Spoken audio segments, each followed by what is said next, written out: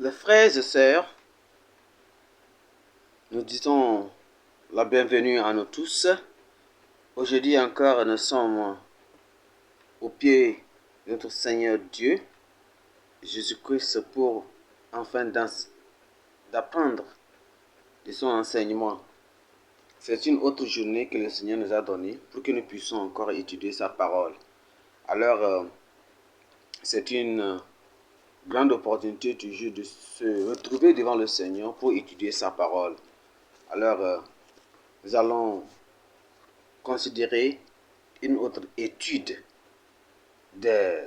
sur notre sondé des Écritures. Comme la fois passée, nous avons étudié un autre. Aujourd'hui, nous allons continuer sur notre étude qui sera une étude spéciale. Donc, aimer et servir le corps de Christ. Nous allons avoir un mot de prière avant d'y continuer. Père, nous te remercions, nous t'exaltons, nous te glorifions pour cette opportunité que tu nous as donnée d'écouter ta parole. Et Seigneur, nous prions que tu nous aides, que nous ayons ce que tu veux que nous ayons. Étant tes enfants, et toi le fondateur, toi le Père, toi le dirigeant, toi la fondation de cette maison, qui nous prions, Seigneur, que tu nous aides à l'obéir, à la mettre en pratique à la fin, au nom puissant de Jésus. Nous prions, Seigneur, que tu nous aides à faire mettre en pratique ce que tu nous donnes. Nous te remercions parce que tu nous as exaucés. Au nom puissant de Jésus, nous avons prié. Alors, nous allons continuer notre étude d'aujourd'hui qui sera basée sur aimer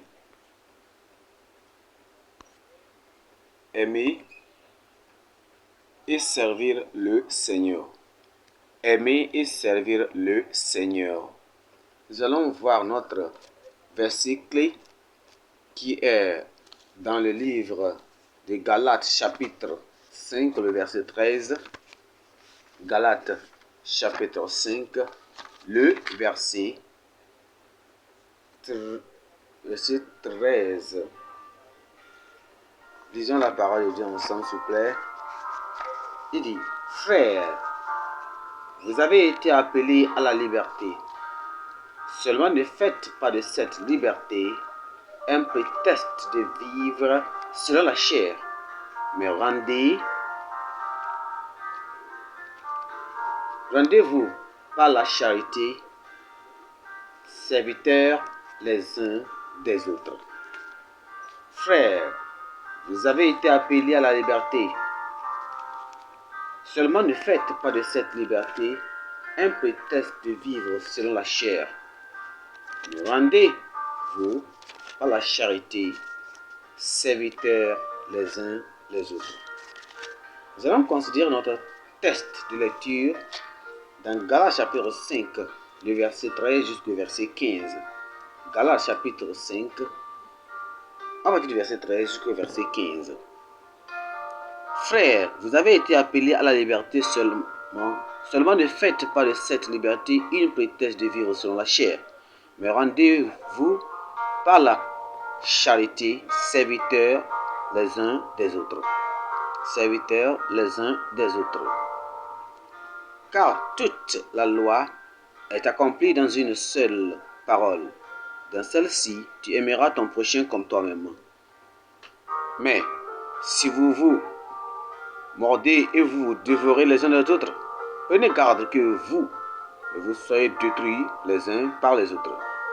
Je dis donc, marchez sur l'esprit, et vous n'accomplirez pas les désirs de la chair, car la chair a des désirs contraires à ceux de l'esprit, et de l'esprit en a des contraires à ceux de la chair. Ils sont opposés entre eux, afin que vous ne fassiez point ce que vous voudrez. Allons-y dans Romains chapitre 12. Romains chapitre 12. Dans les Romains chapitre 12. Romains chapitre 12, verset 3 jusqu'au verset 10. Romains chapitre 12, lisons à partir du verset 3. Par la grâce qui m'a été donnée, je dis à chacun de vous de n'avoir pas de lui-même une trop haute opinion, mais de revêtir des sentiments modestes selon la mesure de foi que Dieu a départie en chacun. Car comme nous avons plusieurs membres dans un seul corps, et que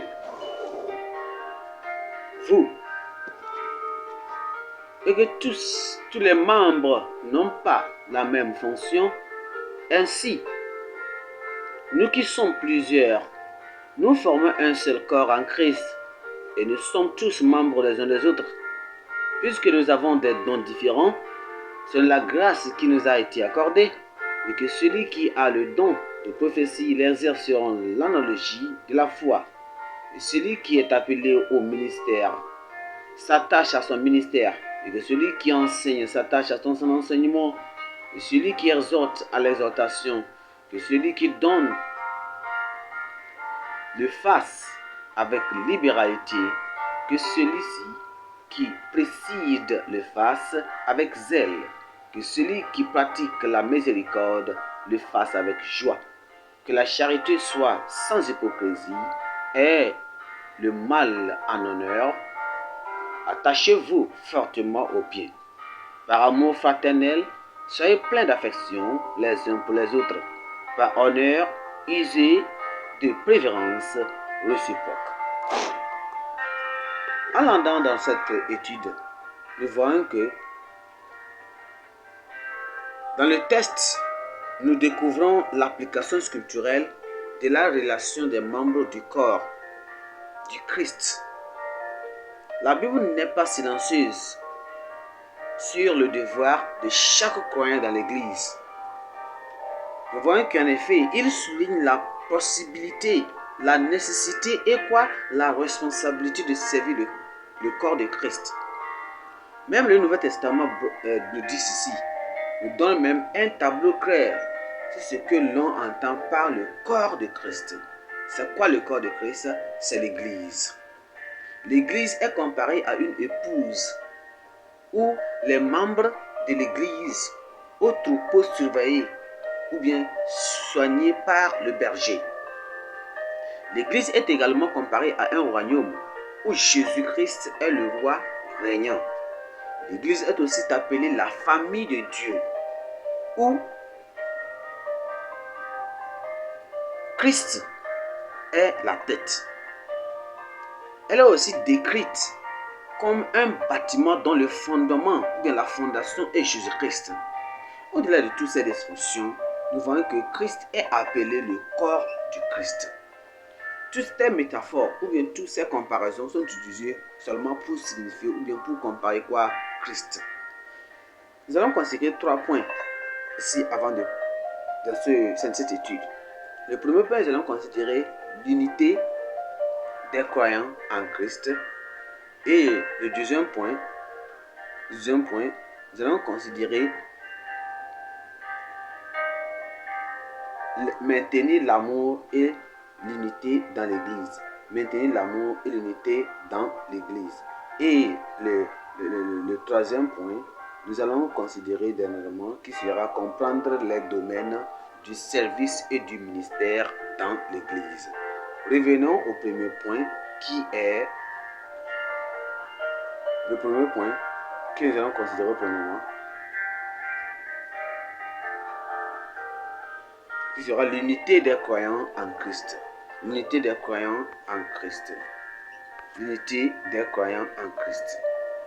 Comme notre verset à mémoriser nous a dit ceci. Frères, vous avez été appelés à la liberté. Seulement ne faites pas de cette liberté un prétexte de vivre selon la chair, mais rendez-vous par la charité, serviteurs les uns des autres. Donc, nous allons voir que, considérant notre premier point qui est l'unité des croyants en Christ, lisons dans 1 Corinthiens chapitre 12 à partir du verset 12. 1 Corinthiens chapitre 12 à partir du verset 12. On dit, car comme le corps est un est un et a plusieurs membres, et comme tous les membres du corps, malgré leur nombre, ne forment qu'un seul corps, ainsi en est-il de Christ. Nous avons tous, en effet, été baptisés dans un seul esprit pour former un seul corps, soit juif, soit grec, soit esclave, soit libre, et nous avons tous été éprouvés, ou bien approuvés d'un seul esprit. Ainsi, le corps n'est pas un seul membre, mais il est formé de plusieurs membres. Il est formé de plusieurs membres. Ici, nous voyons que la parole de Dieu s'attache avec plusieurs instances sur l'unité de l'Église, l'importance de l'unité de l'Église. Le corps de Christ, c'est ça qu'est l'Église. Il doit avoir l'unité dans l'Église. Dans la deuxième verset que nous venons de lire, nous avons vu ce que le passage de la Bible a fait emphasis.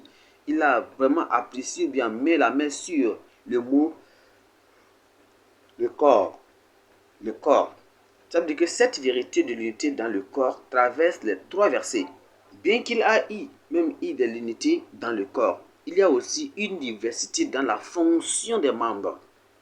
Ceci est similaire au corps humain. C'est similaire au corps humain. Alors, nous parlons d'un seul corps ici. Il y a plusieurs parties du corps, qui est la tête, les yeux, les oreilles, le nez, la bouche, les mains, les jambes, les orteils. Bien que toutes ces choses-là soient plusieurs, mais elles font quoi? Elles font partie d'un seul corps. Et c'est ce qu'on appelle l'unité. Ça, on parle de l'unité. C'est ça l'unité. Sur tous concours et ils font toutes choses ensemble. Alors, qu'est-ce que nous pouvons, comment peut-on définir maintenant, ou bien devenir membre du corps de Christ? Comment quelqu'un peut devenir un membre du corps de Christ? Pour quelqu'un devenir un membre du corps de Christ, comme l'Église lui-même, nous savons que l'Église devait être une tout à tout, ou bien une tout comme les membres du corps physique. Donc, tous les membres de l'Église doivent être lavés et sauvés par le sang. Il doit savoir que Christ les a placés dans son corps à cause d'un but, à cause d'une raison. Au moment du salut, le Saint-Esprit baptise, c'est-à-dire il met le nouveau croyant dans le corps de Christ. C'est ça que le verset 13 nous disait que car comme le corps est un, il a plusieurs membres, et comme tous les membres du corps, ça veut dire qu'ils font un. Ce que pour que quelqu'un soit membre du corps de Christ, cette personne doit être née de nouveau. Cette personne doit reconnaître ses péchés et confesser ses péchés et demander Dieu de le pardonner et d'être lavé par le sang de Jésus et demander aussi inviter Christ à venir rester en cette personne. Notre première question nous dit comment peut-on devenir membre du corps de Christ? Comment peut-on devenir membre du corps de Christ? Pour devenir membre du corps de Christ, l'homme doit être, le pécheur doit reconnaître qu'il est pécheur, confesser ses péchés, recevoir Jésus comme son sauveur personnel, et demander à Dieu, Christ, de lui laver par le sang de Jésus et de lui pardonner. Et après, il a demandé de Christ de venir quoi? Rester en lui. Il a demandé à Christ de venir rester en lui. Ce qui est important. Nous avons vu que plusieurs attitudes qui peuvent affecter l'unité dans l'Église aujourd'hui. Il y a plusieurs aspects, plusieurs choses qui peuvent maintenant faire comment amener la séparation, la division dans l'Église. Et cette unité que nous parlons d'aujourd'hui ne peut pas aussi être comptée ou bien nommée parmi les enfants de Dieu. Les enfants de Dieu. Elle ne peut pas être nommée parmi eux. Alors, un péché, ou bien c'est le péché contre Dieu lorsque les frères de l'Église se divisent. Ils se divisent selon les divisions tribaliques à cause de moi je suis du nord, toi tu es du sud, je suis de l'est, toi tu es de l'ouest, tu es de cette tribu, toi tu parles de cette langue et nous sommes ici, moi je suis de cette cadre, je suis de cette cadre politique, moi je fais partie de cette société ou bien rang social. Toutes ces choses-là peuvent amener quoi? la différence ou bien la division dans l'église.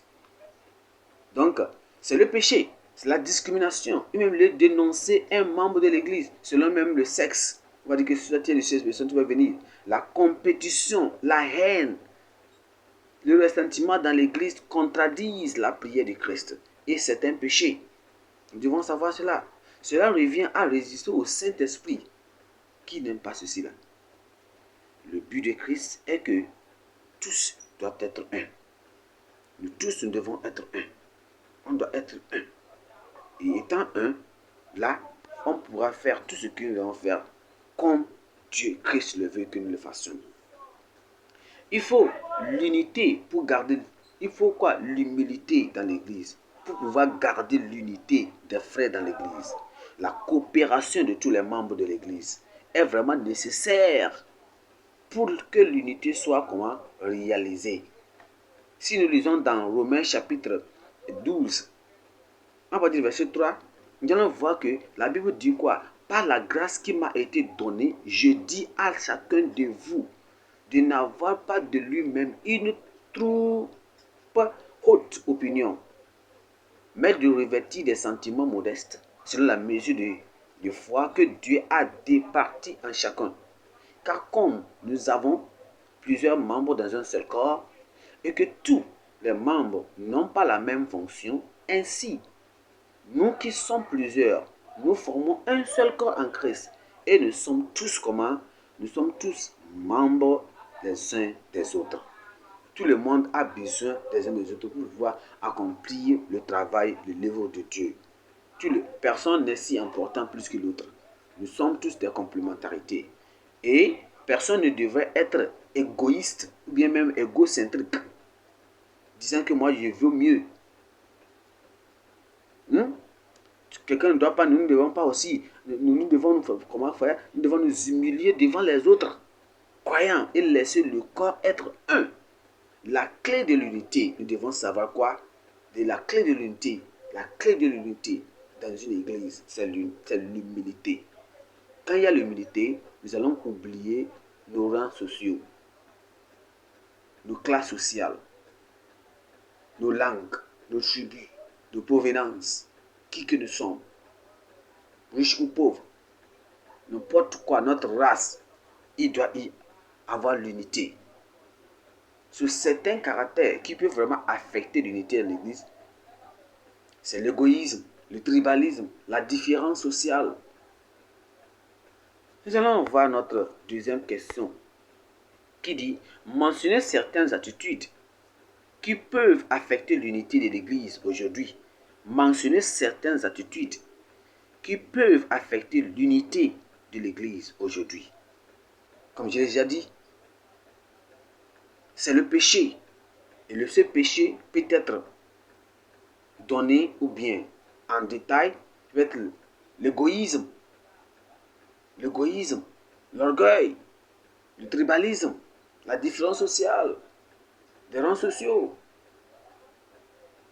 Toutes ces choses-là peuvent amener quoi? La différence entre nous, les enfants de Dieu. Et ceci ne va pas aider les gens, les enfants de Dieu, à maintenir la paix et l'unité que Christ veut que nous ayons. Alors, c'est que Dieu nous aide à avoir l'unité et ôter de nous toutes ces choses néfastes qui peuvent amener la différence entre nous au nom de Jésus. Allons dans le deuxième point. Maintenir l'amour et l'unité dans l'église. Comment pouvons-nous maintenir l'unité? Comment pouvons-nous maintenir l'unité dans l'église? Comment pouvons-nous? Comment? Les problèmes sont des tests d'unité dans l'église. Si les problèmes qui vont arriver dans l'église, ce sont seulement que des tests pour pouvoir affecter l'unité de l'église. Mais quand il n'y a pas de problème, parce que tous les membres professent l'amour, nous devons savoir cela. L'unité est on va professer quoi? L'unité, parce que quand il y a l'unité, il y aura l'amour, il y aura l'unité humaine, il y aura la fraternité. Mais quand les problèmes surgissent, l'unité réelle est prouvée. Cela s'est passé dans l'église de Corinthe. Alors, si nous lisons dans 1 Corinthiens chapitre 6, 1 Corinthiens chapitre 6, le verset 5, Je dis à votre honte, ainsi il n'y a parmi vous pas un seul homme sage qui puisse prononcer entre ses frères. Mais un frère plaide contre un frère, et cela devant les infidèles. C'est déjà certes un défaut chez vous que d'avoir des procès les uns avec les autres. Pourquoi ne souffrez-vous pas plutôt quelques injustices? Pourquoi ne vous laissez-vous pas plutôt dépouiller? Mais c'est vous qui commettez l'injustice et qui dépouillez. Et c'est envers des frères que vous agissez de la sorte. Voilà ce que Paul a dit aux confrères, à nos confrères de Corinthe. Il a vu cette différence entre eux.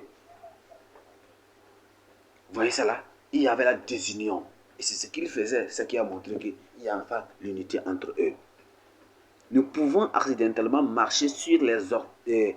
Ça veut dire qu'on va marcher sur les orteils, ça veut dire qu'on va toucher quelqu'un par défaut. Nous allons avoir des querelles, un petit problème avec quelqu'un, un petit mésentendement avec une autre personne. Nos intérêts peuvent entrer en conflit à un moment ou à un autre. Et nous pouvons être bavardés par certains soi-disant frères de l'église locale. Nous pouvons même être ouvertement trompés. De telles offenses, nous sommes réglés dans l'église par les dirigeants là où il y a l'unité. Quand il y a un problème, par hasard, tu as touché quelqu'un, par hasard, tu as offensé quelqu'un, par défaut. Et ce frère, cette soeur dans l'église, vous êtes tous des frères et sœurs dans l'église. Et il y a ce petit problème, ce petit mécontentement. Que devez-vous faire? Ce problème doit être réglé dans l'église, entre nous et par l'aide de quoi? D'un leader de l'église qui va nous aider à pouvoir faire sortir de ces problèmes. Et c'est ça qui va amener que nous pouvons encore continuer dans l'unité. De tels problèmes dans la famille, s'il y a maintenant un tel problème dans la famille, soit réglé au sein de la famille.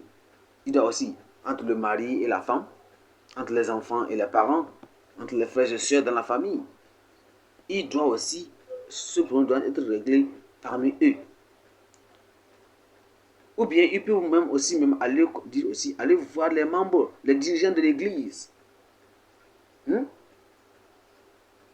Jamais par la famille élargie ou la belle famille. Vous ne devez pas avoir ce problème entre le mari et la femme, ou bien les enfants et les parents, et entre les frères et sœurs. Vous avez ce problème et vous allez construire, vous amener ce problème auprès de la femme élargie, de la grande famille, auprès des belles mères, des belles frères, ou bien des beaux-pères, pour qu'ils puissent vous régler ces problèmes. Vous êtes des croyants, hein? Votre Père c'est Dieu. Votre Dieu est différent pour eux. Votre compréhension c'est différent d'eux. Alors, vous devez diriger ce problème-là auprès de la famille chrétienne ou bien entre les pasteurs, les leaders de l'église qui va vous aider à pouvoir comment résoudre le problème. Quel que soit. La Bible dit même que les offenses doivent venir. Nous savons savoir qu'on ne va pas éviter ça. Pendant que nous sommes sur cette terre et on vit cette terre, les offenses viendront. Et la Bible, c'est ça que la Bible nous a dit dans Matthieu chapitre 18, verset 7. Les offenses viendront. Mais quelle que soit l'offense, et quelle qu'en soit la source d'où elle vient, nous devons nous efforcer à garder l'unité et l'esprit dans le foyer, dans le mariage et dans l'église au sein de la paix. Tout juste pour garder la paix. Toutes les ségrégations doivent cesser. Souvenez-nous que la Bible nous dit dans Jean 13, chapitre 34, « Je vous donne un commandement nouveau. Aimez-vous les uns les autres, comme je vous ai aimé, afin que vous aussi, vous aimiez les uns les autres. » C'est vrai ce que Christ a dit aux apôtres, de nous aimer les uns les autres. C'est tellement important de nous aimer les uns les autres. On doit s'aimer les uns les autres. Certaines personnes méprisent parce qu'elles ont une dépression que d'autres frères sont incultes. Ou bien ils ne sont pas, non, ils sont non civilisés. Mais si Christ cherchait des raisons pour lesquelles il ne peut pas nous aimer, alors il n'aurait pas besoin de nous regarder trop loin avant de repérer mille et une fautes, ou bien de réparer mille et une fautes. Vous voyez? Dans nos vies, Christ nous aime tels que nous sommes. Il attend de nous que nous aussi nous aimions. Les frères, de la même manière, ne cherchez pas une raison pour laquelle vous ne devrez pas aimer vos frères. Cherchez plutôt les choses dans leur vie qui vous obligera à faire comment? À les aimer. C'est ce que nous devons avoir entre nous. Si d'autres méprisent les autres personnes, si vous allez mépriser quelqu'un, un frère, une sœur, disant que cette personne-là, elle est trop locale, cette personne-là mène sa vie comme elle n'est pas civilisée, cette personne n'a pas ce rang social comme je l'ai, cette personne ne se considère comme ceci, cela. Non, cela, ce sont des différences. Et cela ne va pas vous amener à aimer ces personnes. L'amour, c'est un commandement qui vient de Dieu. Dieu nous a commandé d'aimer nos frères. C'est un commandement. Ce n'est pas un choix. C'est un commandement venant de Dieu de nous aimer les uns les autres. Sans raison. C'est pourquoi nous devons aussi comment les uns les autres. Nous devons nous aimer les uns les autres. C'est ça la première chose. On doit s'aimer parce que c'est un commandement. En première position. Deuxièmement, l'âme de notre frère ou de notre sœur est précieuse devant Dieu. C'est la raison pour laquelle nous devons nous aimer les uns les autres. Pour que cette personne ne soit pas jugée au dernier jour et prêcher la parole de Dieu. Troisièmement, un frère ou une sœur peut sembler physiquement peu attrayant à notre vie, ou bien à notre avis. Mais si il ou elle a un esprit doux et beau, et pour cela nous devons l'aimer. C'est ça. Certains pères même peuvent ne pas être intelligents dans notre évaluation, comme nous le confessons. Mais spirituellement, leur cœur est parfait. Et pour cela, nous devons les aimer. Cinquièmement, un frère ou une sœur ne peut pas être titulaire, responsable, ne pas être vraiment éduqué. Elle n'a pas été à l'école comme toi tu as été à l'école. Il y a des diplômes comme toi tu en es. Cela ne doit pas donner ou bien avoir des diplômes universitaires comme toi tu en es. Mais il possède quelque chose en lui qui est la grâce riche de Dieu, éternelle pour vivre correctement et victorieusement. Alors, tu vas dire que c'est à cause de ça tu ne vas pas l'aimer? Non! Pour cela, nous devons l'aimer. Le devoir et le grand service que nous devons les uns les autres est l'amour. En résumé, nous devions aimer en toutes circonstances. Les frères peuvent faire des erreurs évidentes. Nous devons toujours nous aimer les uns les autres. Ça veut dire que même votre femme peut se comporter imprudemment. L'aimer toujours. Il faut l'aimer toujours. Un membre de la fraternité, de la maison, peut délibérément faire des bêtises. Toujours l'aimer. Vos enfants peuvent endommager de manière ludique certains ustensiles ménagers. Mais il faut quoi? Toujours les aimer. Les gens peuvent ne pas vous accorder la reconnaissance que vous attendez, que vous voulez d'eux dans l'évangile. Toujours, il faut les aimer. Une sœur peut manquer des choses de base de la vie aujourd'hui. Vous devez toujours l'aimer. Elle pourrait être même puissamment bénie de Dieu avec tout le confort de la vie demain. Nous devions nous aimer les uns les autres. inconditionnellement. Comme Christ aussi nous a aimés. Christ nous a aimés inconditionnellement. Notre amour doit être aussi sacrificiel et sincère. Notre amour doit être sincère et sacrificiellement. Ce que Dieu, Christ, veut de nous. Allons dans la troisième question. Mentionnez les raisons pour lesquelles certains frères méprisent les autres dans l'église. Mentionnez certaines raisons pour lesquelles certains frères méprisent les autres dans l'église. Ils disent que ces personnes ne sont pas éduquées. Certaines personnes disent qu'ils ne sont pas éduqués comme moi. Ils n'ont pas de diplôme, ils n'ont pas de diplôme comme moi j'ai. Ils n'ont pas été à l'école comme moi. Et ils ne sont pas placés, classifiés dans ce groupe de personnes de la société. Cette personne-là, elle est sale. Cette personne-là, elle vient de cette tribu. Cette personne-là, elle parle comme cela. Cette personne-là se mène la vie comme cela. Cette personne est comme ceci. Non, on doit laissons ces choses-là et aimons-nous les uns les autres inconditionnellement et sacrificiellement. L'amour, c'est une loi. L'amour, c'est une loi. C'est un commandement. C'est l'ordre. Aimez-vous les uns les autres. Christ nous a aimés inconditionnellement. De même, nous devons aimer les uns les autres. Nous aussi. Si je peux aller immédiatement, il ne doit pas avoir une diversité dans notre corps. Nous avons aussi de différents membres dans le corps de Christ. Et dans le corps. Mais ces corps-là, tous les membres de ce corps-là, viennent ensemble, se ressemblent ensemble et quoi? Nous servent. Supposons tout ce que tu veux faire dans le corps. Vous voulez aller, même ça peut être que vous voulez aller puiser de l'eau pour boire. Avant d'aller pour puiser de l'eau, vous avez besoin de vos pieds. Vos pieds doivent marcher. Vos pieds doivent marcher. Deuxièmement, vos yeux doivent vous conduire. Deuxièmement, en allant, vous avez besoin de votre pensée, de vous guider et de montrer où passer la voie et comment une bonne mémoire.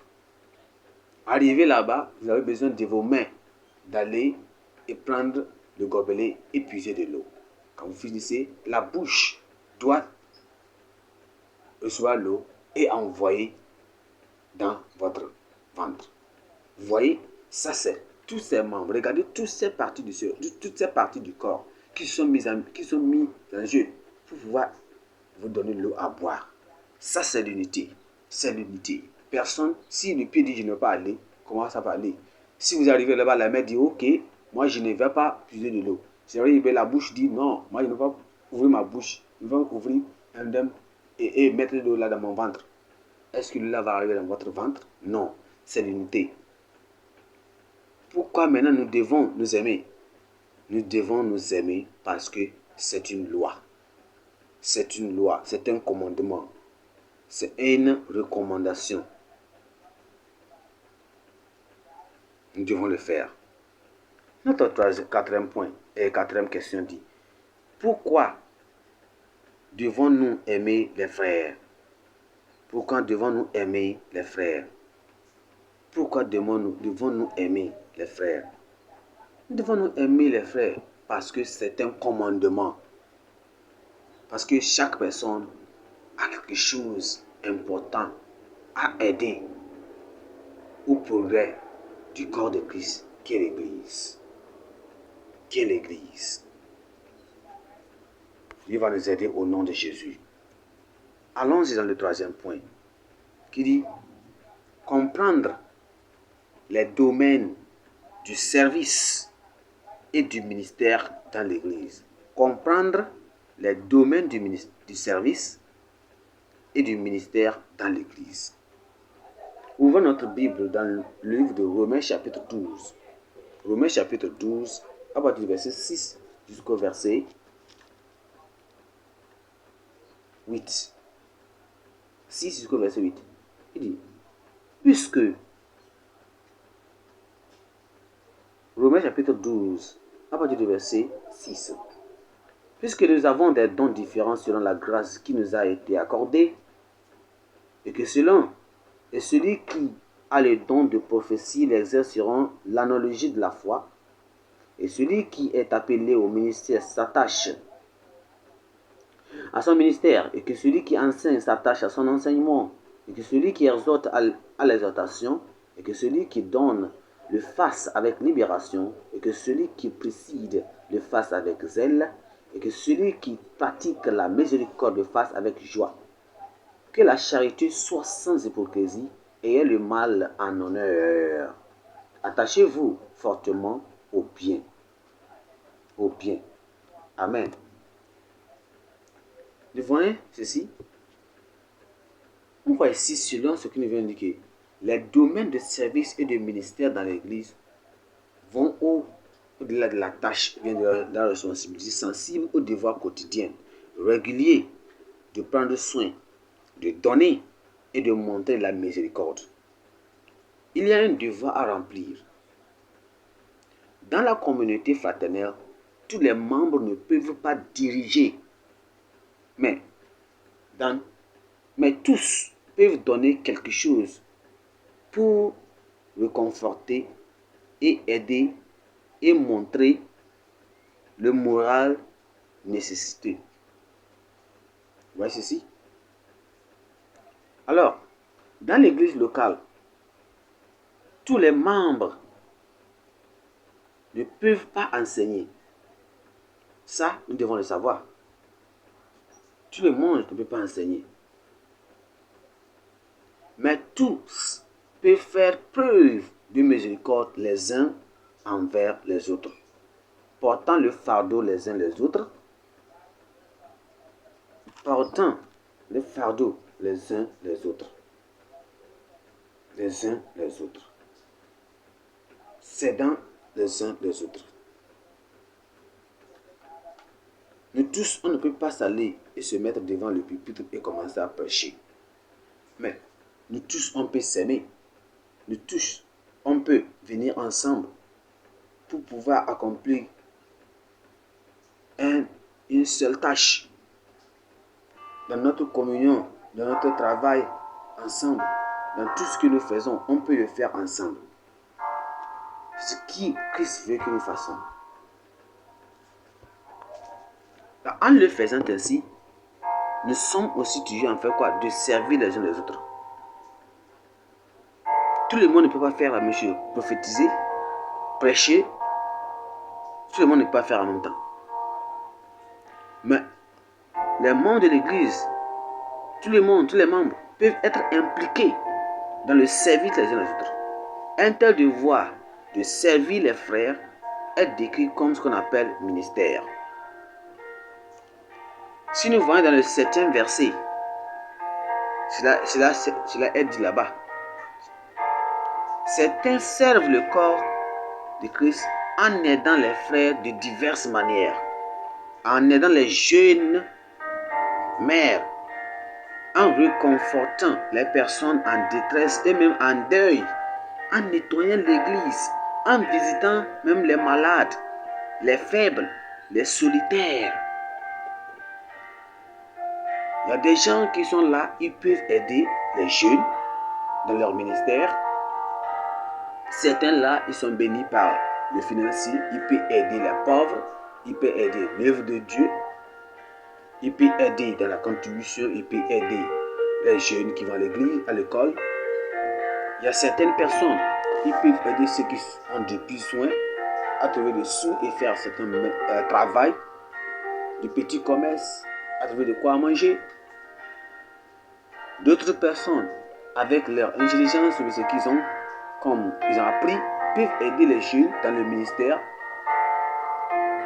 peuvent avoir des entrepreneurships ou bien des entraînements pour pouvoir entrer ceux qui sont sans boulot.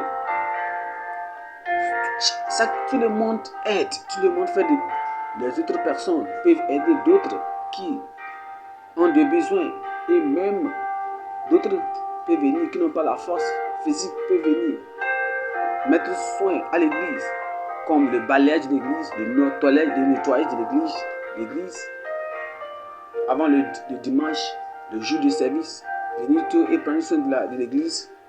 Toutes ces choses-là, c'est le service. Nous sommes un. Nous sommes un. C'est le service de Dieu. Ce n'est pas que d'aller prêcher seulement. Nous devons le faire. On peut le faire. Dans le 1 Corinthiens chapitre 12, le verset 29, il dit, est-ce que tous les apôtres sont tous des prophètes? Est-ce qu'ils sont tous des enseignants? Est-ce qu'ils sont tous des faiseurs de miracles? Est-ce qu'ils ont tous les dons de guérison? Est-ce que tous parlent en langue? Est-ce que tous font l'interprétation? Ou bien interprètent les songes? Non. Tous ne font pas la même chose. L'idée idéale ici, c'est que nous ne devons pas faire concurrence. On ne doit pas envier le don de l'autre personne. Ce que tu en es, c'est ce que Dieu t'a donné. Cherche comment le faire grandir, le nourrir et le multiplier et qu'il soit grand. Toi aussi, cherche que Dieu te montre quel est ton don et tu le pratiques. C'est ça. On ne doit pas envier le talent de l'autre et ce que l'autre fait. Nous ne devons pas faire de toute. Nous devons faire de toute notre force tout ce que le Seigneur a pour nous. On va, quand nous lisons la Bible, on va voir que Philippe, dans l'église, a accepté ce qu'on lui avait donné de faire et l'a fait joyeusement. Nous aussi, on doit prendre aussi ligne. Le travail avait l'air méchant, mais si c'était concentré dessus. Plus tard, il est devenu évangéliste et même la ville de Samarie a reçu l'évangile par son ministère. Certains chrétiens peuvent difficilement apprécier et même comment s'adapter pour servir dans de petites choses. Mais ils se trompent. Ils disent que moi, je veux une grande chose. Je veux me présenter devant le public. Non. La petite chose, quand tu donnes, fais-le avec joie. Cède avec joie. Philippe a commencé avec une petite responsabilité. Finalement, il est devenu un évangéliste dans la ville de Samarie. Que le Seigneur nous aide à le faire au nom de Jésus. Certains chrétiens peuvent dire que moi je peux le faire. Nous devons commencer comme Philippe et laisser de l'avenir à Dieu. Christ nous a dit dans 1 Timothée chapitre 3, le verset 13, il nous a dit que car ceux qui ont usé de la charge de diacre achètent bien pour eux-mêmes un bon degré de diplôme et une grande hardiesse dans la foi qui est en Jésus-Christ. Si vous commencez à un échelon apparemment bas du ministère, le Seigneur peut en l'avenir vous conduire à une position plus élevée. Il y a toujours le niveau suivant. Il y a toujours un niveau à aller en avant. Lorsque vraiment vous vous donnez à Dieu, quelle que soit la petitesse, quel que soit le niveau, quel que soit ce que le Seigneur vous dit de faire, faites-le avec joie, priez-le avec joie et faites-le. Il le fera grandir dans vos mains au nom de Jésus. Lorsque nous lisons dans Tite chapitre 2, le verset 3, il dit que les femmes âgées doivent aussi avoir l'extérieur qui convient à la sincérité, à la sainteté, n'être ni médisante, ni adonnées au vin, qu'elles doivent donner de bonnes instructions, dans le but d'apprendre aux jeunes femmes à aimer leur mari et leurs enfants, à être retenues, chastes, occupées aux soins domestiques, bonnes, soumises à leur mari, afin que la parole de Dieu ne soit pas blasphémée. Voici ce qu'il disait à Tite ici de faire. Timothée disait à Tite que les femmes âgées, c'est ce qu'elles doivent faire. C'est ça leur responsabilité de faire. Tout le monde a une responsabilité de l'église. Que personne ne me dise qu'il n'a rien à faire. La Bible a détaillé, a donné tout. Quand nous sommes dans Timothée et Tite, il a donné tout à lui de faire.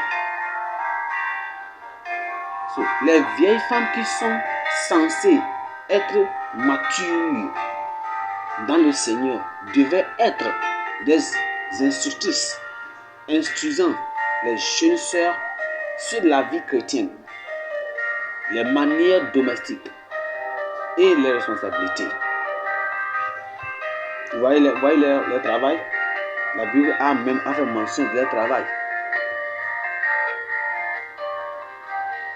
Chaque personne a un service à faire, à rendre.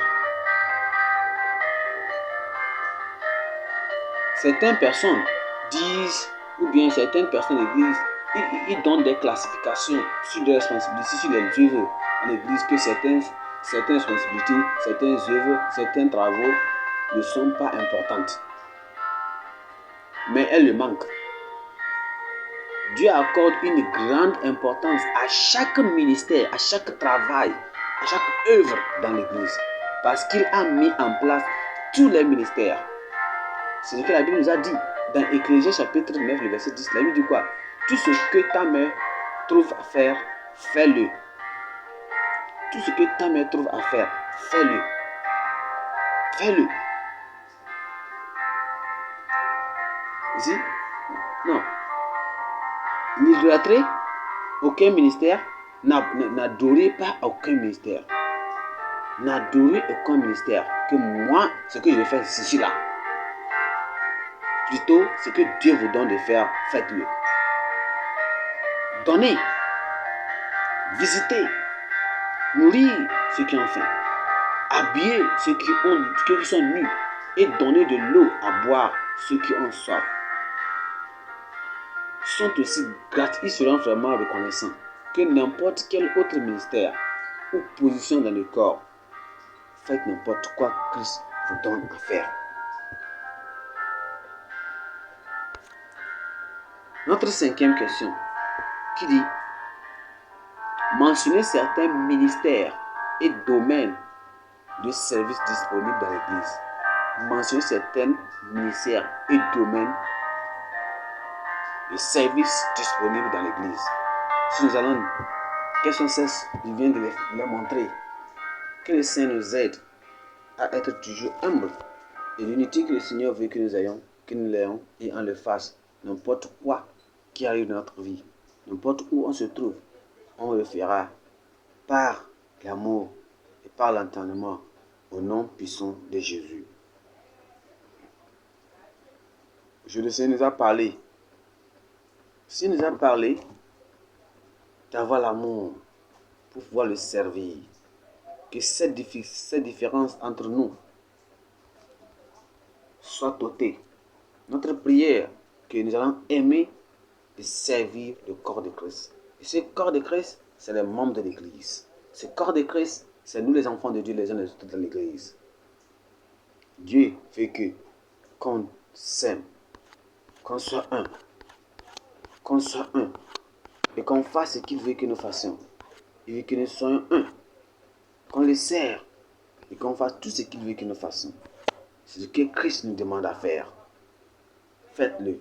Souvenez-vous, Christ dit: frère, vous avez été appelés à la liberté. Frères et sœurs, vous avez été appelés à la liberté. Seulement ne faites pas de cette liberté un prétexte de vivre selon la chair. De vivre selon la chair. Mais rendez-vous par la charité, serviteurs des uns des autres. Nous allons prier. Pourquoi ne pas se confier et dire: Seigneur, aide-moi, pardonne-moi mes péchés, pardonne-moi ces erreurs que j'ai commettais. Toujours, j'avais cette allure, je n'aime pas mes frères et sœurs. J'ai cette différence en moi. Moi, je suis de cette ethnie. Moi, je viens de cela. Moi, je viens de ce parti, du pays, mon pays. Moi, je suis ceci. Moi, je viens de ceci. Moi, j'ai étudié et j'ai ce diplôme. Et toute cette différence entre vous, et ne te laisse pas. Tu trouves toujours des différences entre toi et les autres personnes. Et tu méprises les autres personnes. C'est toi qui es là-bas. Toujours tu dis, moi je veux travailler ceci. C'est moi qui dois faire ce travail dans l'église. Toujours tu veux quelque chose à faire. Là où que toi tu veux, c'est là-bas que tu veux faire. Tu le vis comme tu es dans la chair. Le Seigneur Dieu dit, viens et répands-toi. Retrouve encore cette repentance. Parce que sans cela, tu ne fais pas sa volonté de Dieu. Dis Seigneur de t'aider, de te pardonner.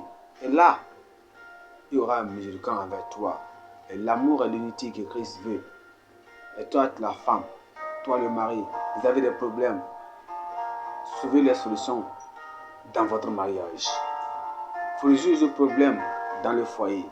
Si cela ne peut pas se résoudre, allez-y auprès des leaders de l'église. Allez résoudre ces problèmes. N'allez pas auprès de vos belles-mères, de vos belles-sœurs, de vos grandes familles, de la famille élargie, qui ne connaissent pas Dieu, qui sont différents. Leur Dieu c'est différent, leurs intentions c'est différent, qui ont le diable pour guide.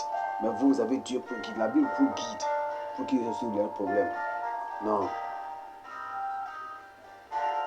Le Seigneur va vous aider. Aimer les uns les autres. Tout le monde est important dans l'église.